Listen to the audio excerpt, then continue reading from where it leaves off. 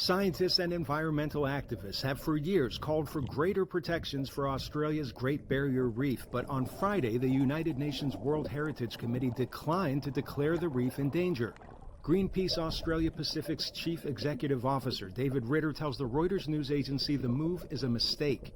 UNESCO's decision was a terrible missed opportunity to shine a light on the grave danger that our Great Barrier Reef is in, and to begin the fight back for the reef, which can only start with the Australian government taking decisive action to reduce our contribution to climate change.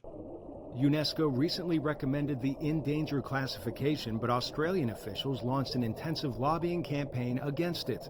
A UN panel agreed late last week to defer the vote until next year. Ritter says special interests won the day.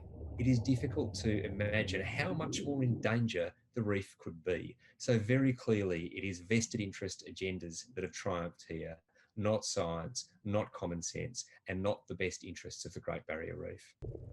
Australia relies on coal-fired power, and per capita is among the world's top carbon emitters. Its conservative government says defending coal is necessary to defend coal jobs. Terry Hughes is the director of the Australian Research Council Centre of Excellence for Coral Reef Studies. Hughes tells Reuters he disagrees with the government's thinking. The Australian government is maintaining that keeping the Barrier Reef off the UNESCO in danger list will protect reef tourism.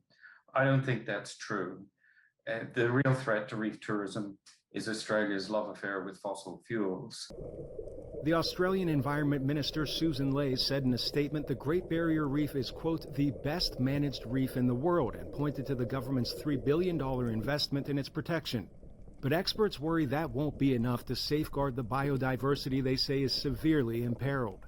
Scientists say if coral reefs collapse, it could trigger a catastrophic chain of events, leaving a quarter of the world's marine life without their habitats. Arash, Arabasadi, VOA News.